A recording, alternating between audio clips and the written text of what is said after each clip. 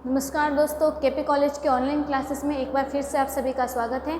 हम BA third year के classes continue कर रहे हैं और आज है हमारा नया चैप्टर निजी, किराए और बना बनाए मकान। आज का हमारा जो पढ़ने का टॉपिक है वो है मकान के बारे में। हम लोग मकान, आवास, घर के बारे में पढ़ चुके, आवासीय आवश्यकताओं के बारे में पढ़ चुके। अब मकान तीन तरीके के होते हैं। एक तो होता है निजी मकान, यानी कि खुद का अपना बना बनाया मकान।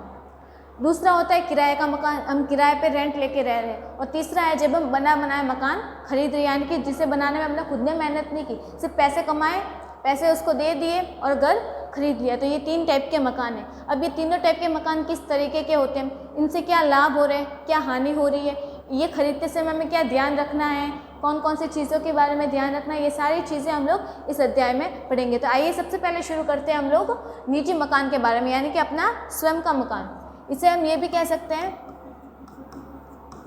स्वनिर्मित मकान।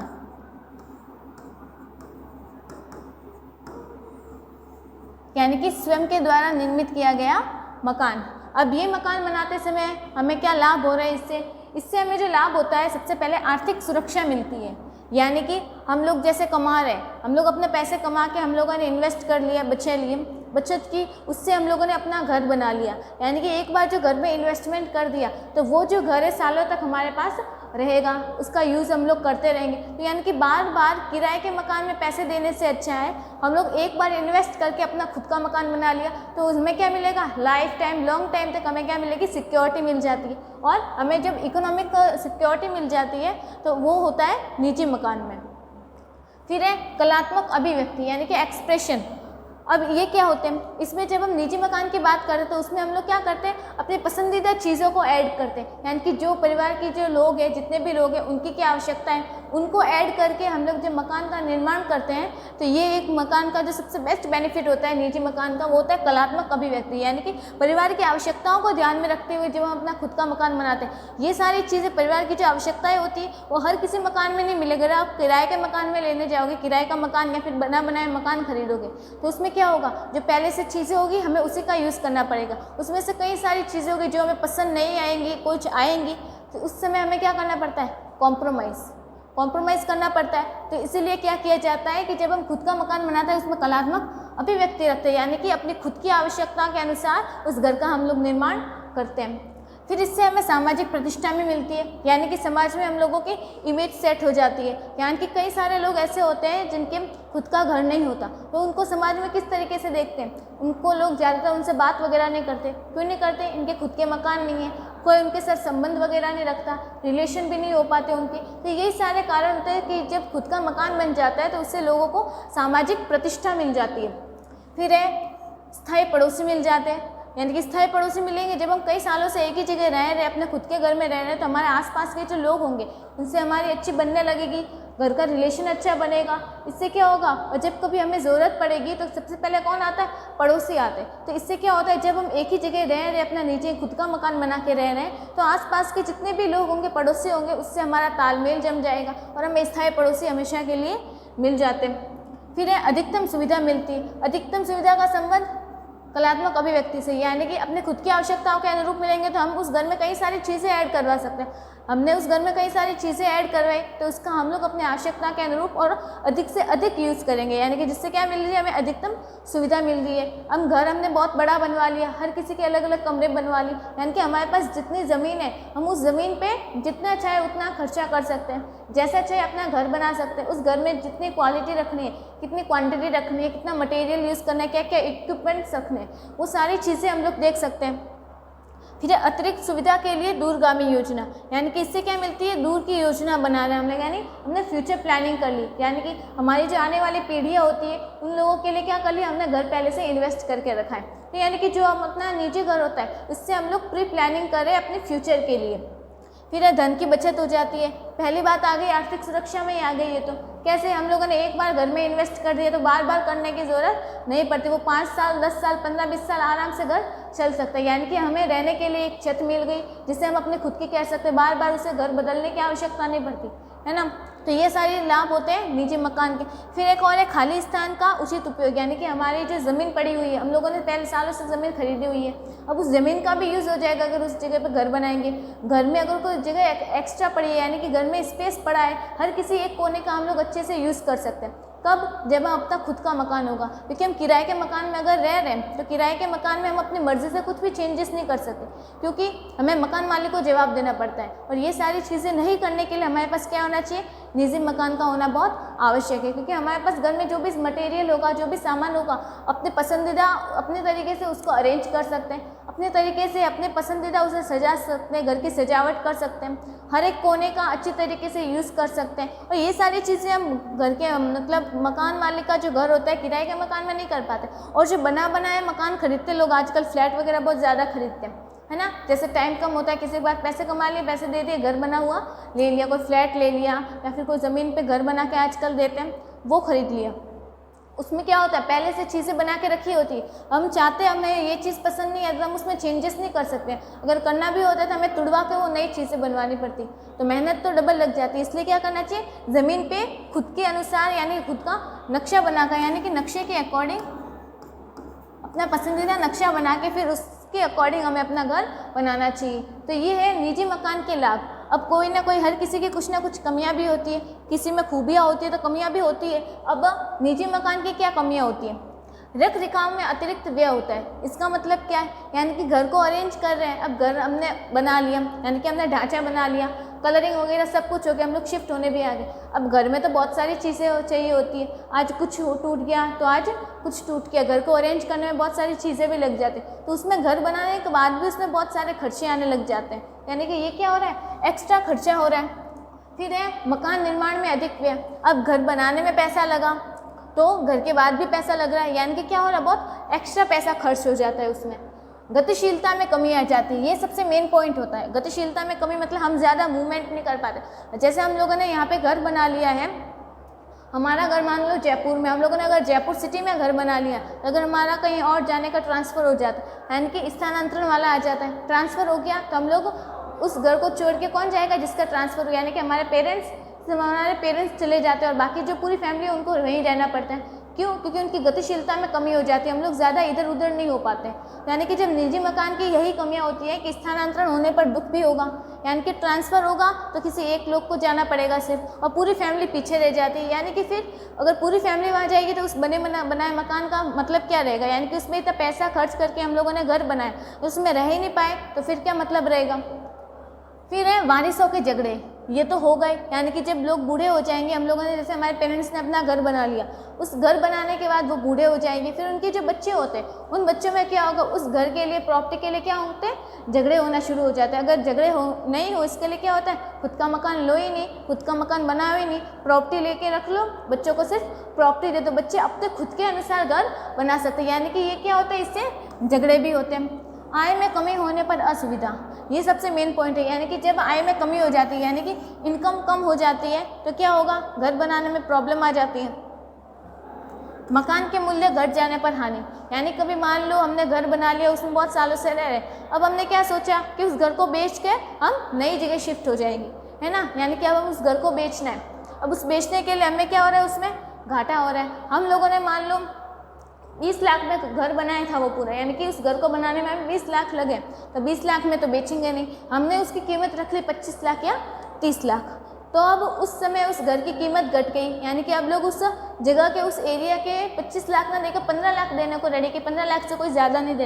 यानी कि क्या हो रहा है? हमारा तो घाटा हो रहा है, यानी कि हमने 20 लाख में बनाया है और वो 15 लाख दे रहा है, हमारा खुद का घर का तो घाटा हो गया 5 लाख का। इसका मतलब क्या हुआ कि जब मकान की वैल्यू कम हो जाती है, यानी कि जो एरिया वगैरह बहुत सालों से एक ही जगह रह रहे, वो पुराना मॉडल बना हुआ है, तो अब लोग कौन खरीदेगा उसको? खरीदेगा भी तो बहुत ज़्यादा अपनी डिमांड के अनुसार तो पैसे देगा नहीं, वो अपने खुद की डिमांड के अनुसार पैसे देने को रेडी होगा। तो ये सारी चीज़ें होती है। जब खुद का मकान हो गया तो उसके कुछ लाभ भी होते हैं, कुछ हानियाँ भी होती है। फिर उसके बाद हम लोग देखते हैं दूसरा टाइप का मकान का, किराए का मकान। अब किराए के मकान के क्या लाभ है? किराए का मकान का लाभ है कम उत्तरदायित्व होता है, यानी कि हमारी रिस्पॉन्सिबिलिटी कम हो जाती है। अब कैसे? घर को बना रहे हैं, बहुत सारी झंझट होती है, ये करना है वो करना है, छुट्टियाँ लेनी पड़ती है हम काम से, यानी कि बहुत सारा काम होता है। यानी कि जब हम किराए का मकान लेते हैं तो हमारी जिम्मेदारियाँ कम हो जाती है, मकान देख लिया, सही है, शिफ्ट हो गए, दुकानदार को, मकान मालिक को पैसे दे दिए, यही होता है बस। तो यानी कि जब हम किराए के मकान में रह रहे हैं तो हमारी जो रिस्पॉन्सिबिलिटी है वो कम हो जाती है। जैसे हमारा जो खुद का घर था, खुद के घर में क्या होता है, कहीं कुछ टूट गया, तोड़फोड़ हो गई तो उसको ठीक करवाने में खर्चा आएगा, वो भी झंझट खुद होती है। लेकिन कलरिंग ख़राब हो गई तो वो भी फिर से करवानी पड़ती है। लेकिन अगर किराए के मकान में है, कुछ टूटा फूटा हुआ है, तो वो किसकी रिस्पॉन्सिबिलिटी होगी, मकान मालिक की। जो किराए के मकान में रह रहा है उसकी कोई रिस्पॉन्सिबिलिटी नहीं होगी। क्यों नहीं होगी, वो पहले से आया तब से वैसे ही पड़ा हुआ है, हमने तो कुछ किया ही नहीं। आपका जो घर था पहले से ऐसा का ऐसा ही है, हमने थोड़ी ना कुछ किया। तो ये रिस्पॉन्सिबिलिटी किसकी होगी, इसको ठीक करवाने की मकान मालिक अपने आप देख लेगा। फिर है, इसको बदलना बहुत आसान होता है, ये बात तो सब लोग जानते हैं। किराए का मकान लोग बदलते रहते हैं, तो यानी कि अगर हम एक ही जगह रह रहे हैं तो हमारे पास सामान बहुत बढ़ जाता है, ठीक है, तो फिर हमें उस समय कोई बदलने को कहे तो बहुत मुश्किल हो जाता है। लेकिन जो किराए के मकान में लोग सालों से रह रहे हैं, वो लोग क्या करते हैं, लिमिटेड सामान रखते हैं। तो वो जब चाहे उनके, उन्हें पता होता है कि उन्हें कहीं भी किसी भी टाइम चेंज करना पड़ सकता है, इसलिए वो क्या रखते हैं, लिमिटेड सामान रखते हैं, जिससे क्या होता है, उन्हें घर बदलने में आसानी रहती है। स्थानांतरण में अधिक सुविधा, जो किराए का मकान होता है वो ट्रांसफ़र में बहुत यूज़फुल होता है, क्योंकि जैसे आज यहाँ है कल कहाँ होंगे, यानी कि एक जगह घर लेने से कोई मतलब नहीं है, क्योंकि उन्हें पता है कि स्थानांतरण होगा तो उन्हें जाना ही पड़ेगा, ट्रांसफ़र होने में बहुत प्रॉब्लम होगी। इसलिए जो सबसे ज़्यादा ट्रांसफ़र में यूज़फुल होता है वो होता है किराए का मकान। फिर है पूंजी की बचत, पैसे बच जाते हैं, जो हमारी कमाई आ रही है, जो हम पैसे कमा रहे हैं वो तो हम घर बनाने में लगा लिए, पीछे बचेगा क्या, खाएंगे क्या, जो खर्चे होंगे वो कैसे पूरे करेंगे। इसलिए क्या किया जाता है, जो किराए के मकान में होते हैं, जो इनकम में से जो 5 से 10% लग जाता है सिर्फ किराए के मकान में, और जो बाकी का पैसा होता है वो इन्वेस्ट हो जाता है, खर्च करने में काम आ जाता है। अधिक गतिशीलता होती है, वही एक जगह से दूसरी जगह तक मूवमेंट कर सकते हैं, ये भी स्थानांतरण से रिलेटेड हो गया। फिर आरंभिक व्यय बहुत कम होता है, यानी कि जब हम किराए के मकान में रहने आ रहे हैं तो उस समय क्या होता है, हमारे जो खर्चे होते हैं वो बहुत कम हो जाते हैं, क्योंकि हमें एक्स्ट्रा चेंजेस करने की ज़रूरत नहीं पड़ती, जो है उसी में चला लेते हैं। अब हमने देखे थे लाभ, तो इसके कुछ ना कुछ हानियाँ भी होगी, किराए के मकान की भी हानियाँ होगी। देखते हैं, आर्थिक हानि होती है, यानी कि जब बहुत लंबे टाइम तक हम उस घर में रह रहे हैं तो क्या हो जाता है, मकान मालिक पैसे बढ़ाना शुरू कर देता है, किराया तो बढ़ाएगा ही। अब आप 10 सालों से रह रहे हो उस मकान में, तो 10 सालों तक एक का एक किराया तो रखेगा नहीं, वो धीरे धीरे क्या करता है, मकान मालिक रेंट बढ़ा देता है। अब रेंट बढ़ा रहा है तो उनकी जो इकोनॉमी है, इनकम है, वो भी गड़बड़ हो जाती है, बैलेंस नहीं रहती, तो इससे क्या होता है, उनकी इनकम में लॉस होने लगता है। सुविधाओं में कमी आती है, यानी कि जब हम किराए के मकान में रह रहे हैं, हमें जो सुविधा चाहिए होती है वो हर किसी मकान में नहीं मिलेगी। हम लोग 10 मकान देखते हैं, हर कोई अलग अलग होता है, हमारी पसंद के अकॉर्डिंग हमें कोई घर नहीं मिलता, हमें क्या करना पड़ता है, कॉम्प्रोमाइज़ करना पड़ता है। यहाँ पे कुछ कमी है तो वहाँ पे तो ये नहीं था, यहाँ पे ये है तो लेकिन ये नहीं है, यानी कि परफेक्ट घर हमें कभी नहीं मिलता, इसलिए हमें क्या करनी पड़ती है, कटौती करनी पड़ती है। प्राप्ति में कठिनाई, बड़ी मुश्किल से मिलते किराए का घर, मिल जाते तो पसंद नहीं आते। फिर अस्थायी पड़ोसी होते हैं, यानी आज यहाँ है तो कुछ दिन इनसे बात हो गई, फिर कहीं और जाना पड़ जाएगा तो इनसे कांटेक्ट टूट गया, फिर कहीं और चले गए, फिर आसपास के एरिया में वहाँ के लोग होंगे, उनसे बातचीत शुरू हुई, फिर कहीं और जाना पड़ गया, यानी कि जो पड़ोसी होते हैं वो स्थायी नहीं हो पाते। मकान मालिक, ये मकान मालिक है,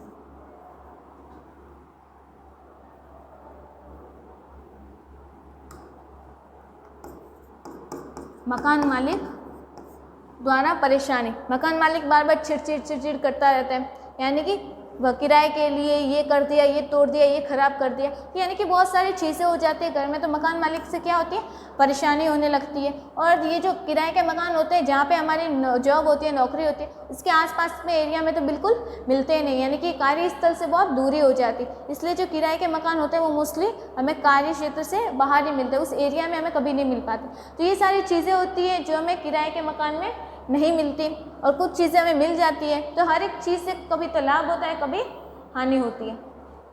फिर हम लोग देखते हैं कि बना बनाया मकान, यानी कि जो बना बनाया मकान, फ्लैट वगैरह होता है, वो डायरेक्ट खरीदते हैं, पैसे जमा कर लिए, पैसे दे दिए और ख़रीद लिया। तो अब इसके क्या लाभ होते हैं, बने बनाए मकान के लाभ होते हैं, समय और शक्ति की बचत होती है। आजकल लोगों के पास क्या है, टाइम नहीं है, एनर्जी नहीं है, कोई टाइम वेस्ट करना नहीं चाहता, मुझे काम पे जाना है, मेरा काम ये, मेरा ऑफिस का काम, मेरे पास टाइम ही नहीं है, टाइम ही नहीं है। आजकल की दुनिया कैसी हो गई, भाग दौड़ वाली हो गई, तो लोगों के पास आजकल किसी के पास टाइम नहीं है, इसलिए लोग क्या करें, बना बनाया मकान बने, क्योंकि खुद का मकान बनाने में बहुत समय देना पड़ता है, मेहनत लगती है, अपने खुद की जिम्मेदारियाँ होती है, तो उन सबसे बचने के लिए लोग आजकल बना बनाए मकान भी खरीद रहे हैं।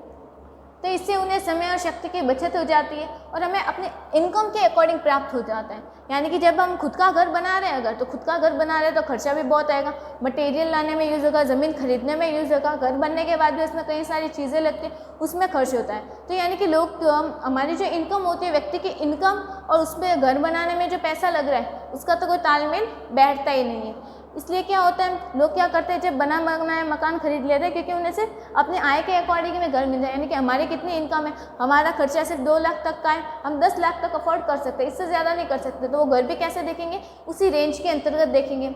ये क्या हो जाता है कि लोगों को अपने आय के अकॉर्डिंग घर ले सकते हैं। फिर मकान के आवश्यक वस्तु के लिए भागदौड़ नहीं करनी पड़ती, यानी कि उत्तरदायित्व नहीं रहेगा, सब बना बनाया मिल रहा है, हमें सिर्फ क्या करना है, चूज़ करना है, अपनी पसंद के अनुसार घर को चूज़ कर दिया, ब्रोकर को पैसे दे दिए, बात खत्म हो गई और रहने आ गए। तो यही सारे लाभ होते हैं खरीदे हुए मकान के। अब कुछ हानियाँ भी होगी। भवन निर्माण सामग्री में निम्न श्रेणी का उपयोग, यानी कि जो घर बना रहे हैं, अब उस मकान मालिक ने जो घर बनाया होगा इसने तो बेचने के लिए बनाया, अब खुद के लिए घर बनाते तो हम सारी क्या चीज़ें देखते हैं, अच्छी क्वालिटी का यूज़ करेंगे कि बाद में कुछ कभी नुकसान ना हो। लेकिन जो ये सामान बना रहे, बनाया मकान बेच रहे हैं, तो वो क्या करते हैं, घटिया क्वालिटी का सामान यूज़ करते हैं, क्योंकि उनका जो दिमाग है, उनका थॉट क्या, ये तो हमें बेचना ही है, बेचने की सोच से बना रहे, तो वो सामान भी लो क्वालिटी का यूज़ करते हैं, जिससे क्या होता है, आगे चल के नुकसान हो जाता है और हमारा पैसा तो उतना का उतना ही लग रहा है, लेकिन नुकसान भी हमें बहुत हो रहा है। फिर जीवन काल कम होता है, क्योंकि अगर हम घटिया सामान यूज़ कर रहे हैं, लो कैटेगरी का वो सामान यूज़ कर रहे हैं, तो जब हम खुद का मकान बनाते हैं अच्छा सामान, प्रोडक्ट यूज़ करके, मटेरियल यूज़ करके, वो बहुत लंबे टाइम तक चलता है। लेकिन अगर हम बना बनाया मकान खरीदे, उसमें घटिया सामान यूज़ करें तो कुछ सालों तक चलेगा, कहीं से टूटने लगेगा, कहीं कुछ हो जाएगा। इससे क्या होगा, इसका जो लाइफ टाइम है, पीरियड है, वो बहुत कम हो जाएगा। फिर पारिवारिक आवश्यकता के अनुकूल नहीं होता, क्योंकि बना बनाया मकान होता है, पहले से उसमें मकान मालिक होता है, वो अपनी इच्छा के अनुसार अपने घर को बनाता है, ठीक है ना। ऐसा नहीं कि ग्राहक को क्या चाहिए होगा, ऐसे इस श्रेणी से तो बनाएगा नहीं। इसलिए जो मकान मालिक होता है, जो घर बना रहे हैं, ब्रोकर वगैरह क्या करते हैं, अपनी इच्छा के अकॉर्डिंग कहीं पे कोई सेट कर दिए, यहाँ पे कुछ सेट कर दिए, यानी कि ग्राहक के अकॉर्डिंग वो घर नहीं बनाए, वो क्या करते हैं, अपनी इच्छा के अनुसार बनाते हैं। तो हर एक फैमिली को अपनी आवश्यकता के अनुसार घर नहीं मिल पाता है। तो ये सारी चीज़ें थी, हमने 3 टाइप के मकान पढ़े, खुद का बनाया हुआ, निजी और किराए का मकान और बना बनाया मकान। तो ये 3 टाइप के मकान हम लोगों ने पढ़े। इनके हम लोगों ने लाभ देखे, इनसे क्या फ़ायदे हो रहे हैं, और इनके कुछ नुकसान भी देखे, क्योंकि जहाँ कमियाँ होती हैं तो वहाँ कुछ खूबियाँ भी होती है। तो इसी के साथ हमारा ये जो चैप्टर था, निजी, किराए एवं बना बनाया मकान, ये यही कंप्लीट हो गया। अब नए वीडियो में मिलेंगे नए चैप्टर के साथ, तब तक के लिए धन्यवाद।